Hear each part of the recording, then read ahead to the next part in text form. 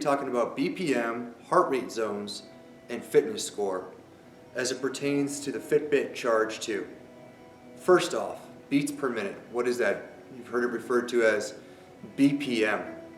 Generally, a lower heart rate implies better overall heart function and fitness. For example, a well-trained athlete might have a normal resting heart rate closer to 40 beats a minute. Keep in mind though, there's a lot of different factors that go into influencing this, like activity level, fitness level, body position, body size.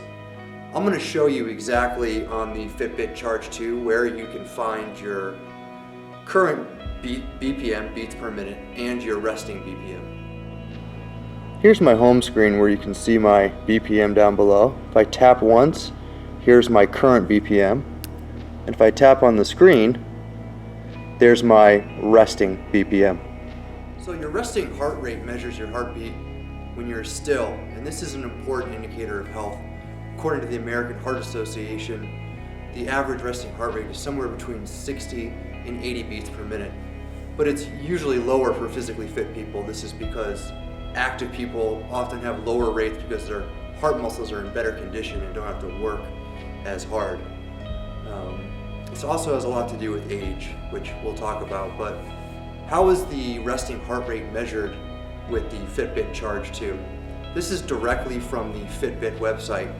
The resting heart rate refers to the heart rate measured when you're awake, calm, and have not recently exerted yourself. Fitbit uses the heart rate data from when you're awake and asleep to estimate your resting heart rate.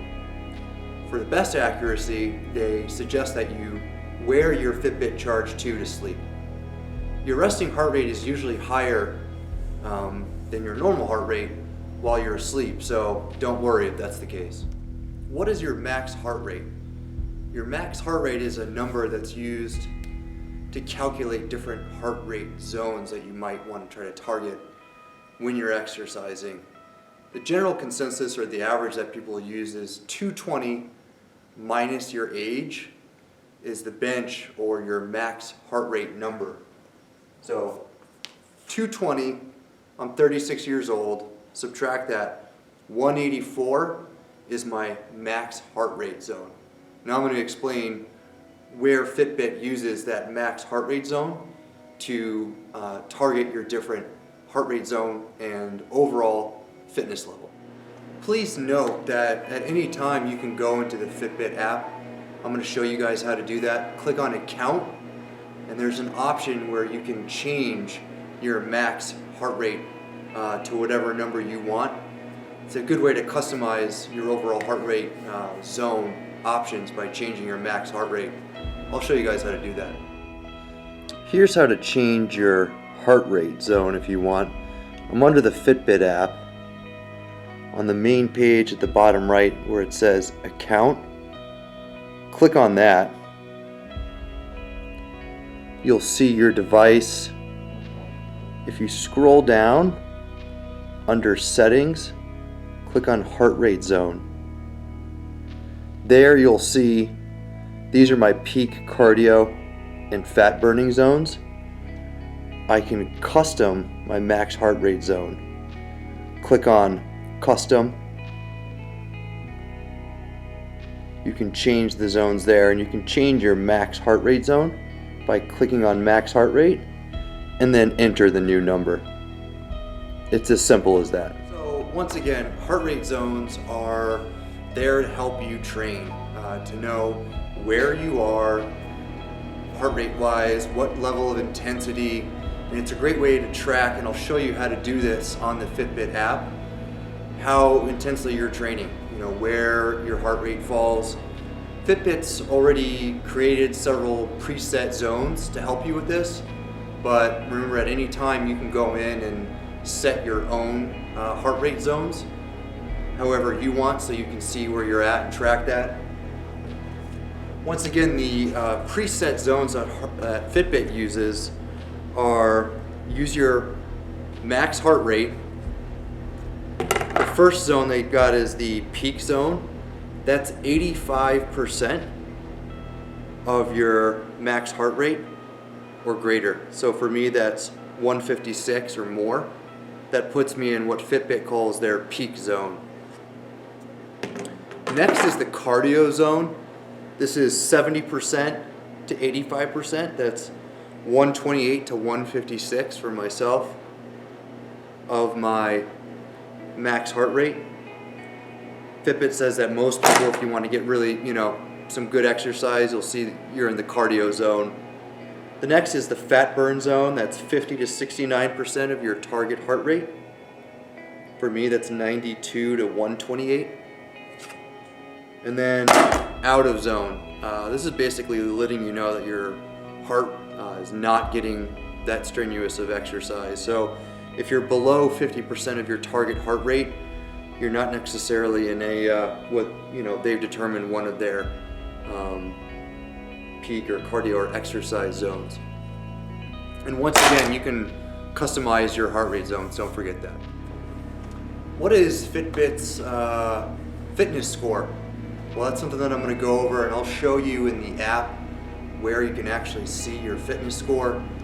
I just recently got the chance to talk to a data scientist that specializes in wearable health tracker technology. That's all of his studies. He specializes in that, and he was explaining to me that it is pretty similar, pretty close to a VO2 max score, and that's what Fitbit likes to link their fitness score to. What is VO2 max? If you've seen Rocky IV, if you're ever watching movies and you see guys or women with like on a treadmill running super fast with heart rate monitors and oxygen masks strapped to them with all these machines, that's VO2 max. And what it is, it's a measurement of how well your body uses oxygen when you're working out at your hardest. So Fitbit actually tries to do this, and the guy that I was talking to, the doctorate guy, he has a personal, so he's been strapped to all the machines and got the VO2 max score. His was 61, and his Fitbit fitness score from wearing the Fitbit Charge 2 was 59. So it's pretty close. For not having all the heavy machinery and doing all these tests, it's a really accurate score. So that's what Fitbit uses. It's called their fitness score. It's the closest thing to a VO2 max score. So the details of how Fitbit measures your cardio fitness score, the thing that's similar to your VO2 max, it's determined by your resting heart rate, age, gender, weight, and other personal information. So for best results, they recommend, if you really want to get as detailed as possible for your fitness score, they recommend that you wear your Fitbit to sleep for the most accurate resting heart rate. And then also, if you can do a 10-mile, run for 10 minutes and have your GPS linked, because they want to make sure it's an accurate overall flat surface for that 10-minute run and have that be a max effort.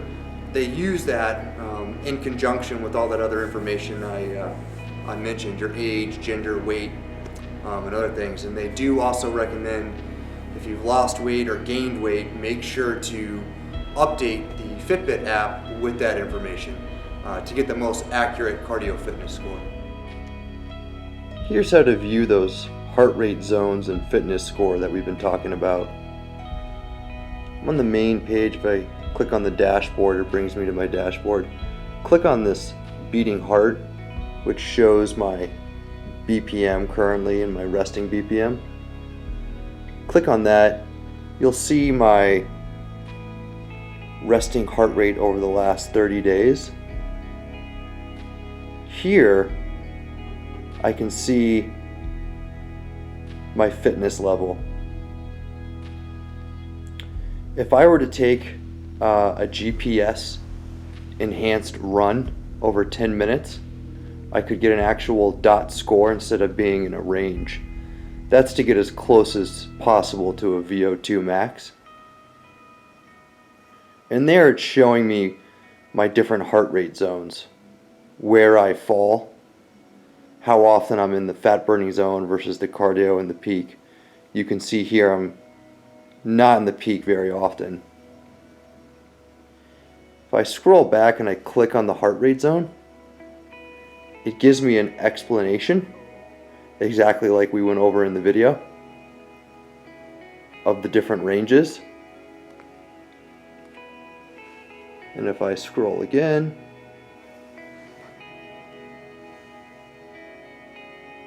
it'll tell me what I can do to increase that. It's also explaining what the VO2 max is. And then if I scroll again,